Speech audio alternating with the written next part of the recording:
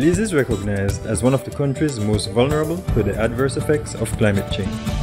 In Belize, while we might not be a major emitter, we are, the reality is that we will be impacted by climate change. We are being impacted by, some of the impacts that are related to climate change threat factors and hazards. No?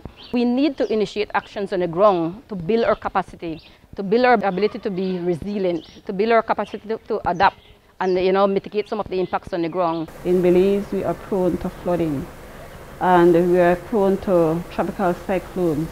And all these factors or hazards affect the economy in Belize and also the livelihoods of people. We conducted vulnerability studies in some economic sectors of Belize.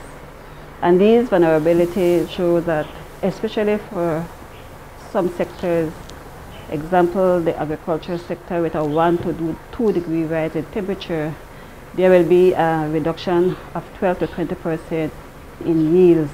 And these vulnerabilities were taken for corn, beans, and rice.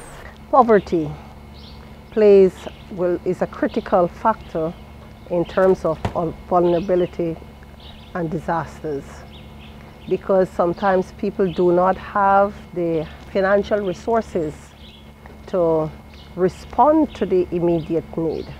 They will not survive unless we deal appropriately with climate change. Climate change is here.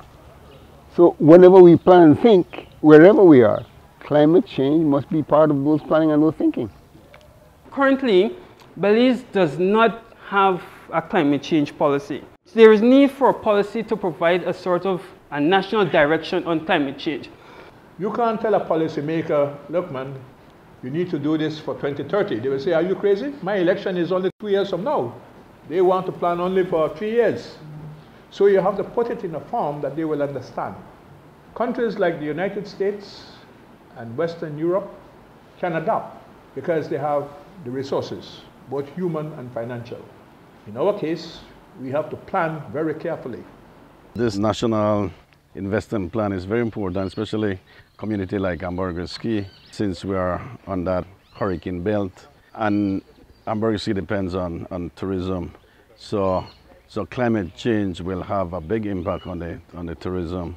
So we need to look at plans, how to mitigate or how to plan for the future, because climate change, high temperatures and bigger storms will have a lot of impact on the coast of Belize, especially the reef system. We have seen a lot of coral bleaching events that we haven't seen before.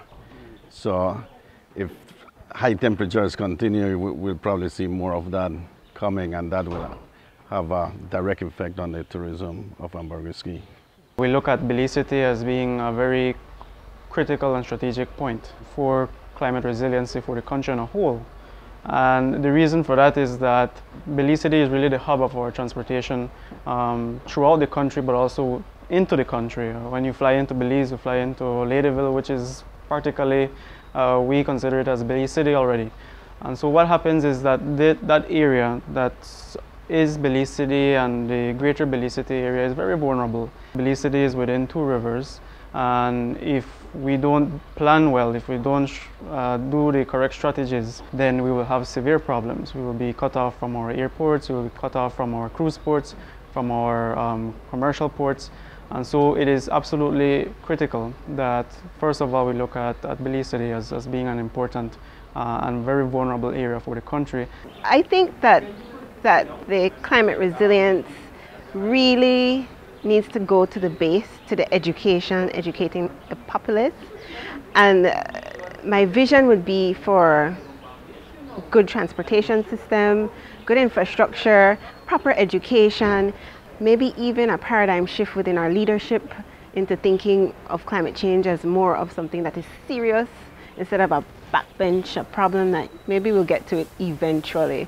I applaud the government for taking this very important step, because we need to put in place a national policy and strategy, an action plan to deal with the realities of climate change.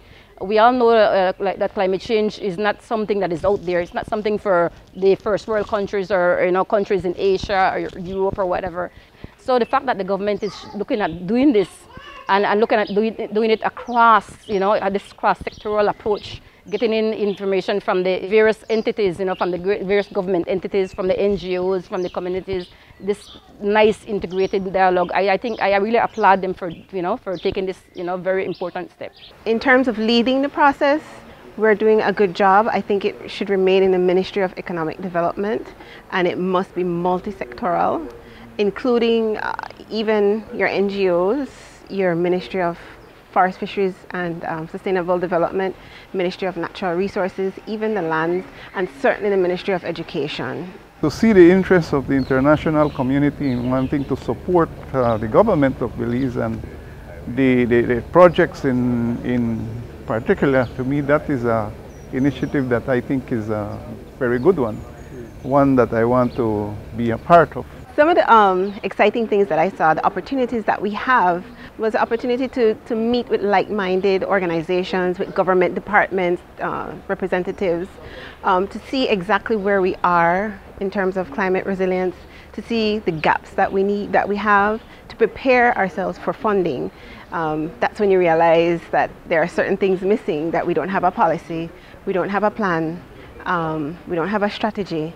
So you have to certainly start to plan strategically, get direction, prioritize, and then get into the funding phase. I really enjoyed the approach that they took. Is a cross-sectoral approach, so we have our counterparts from all the sectors almost, and so what it does, it allows the heads to come together and to try to formulate a way forward.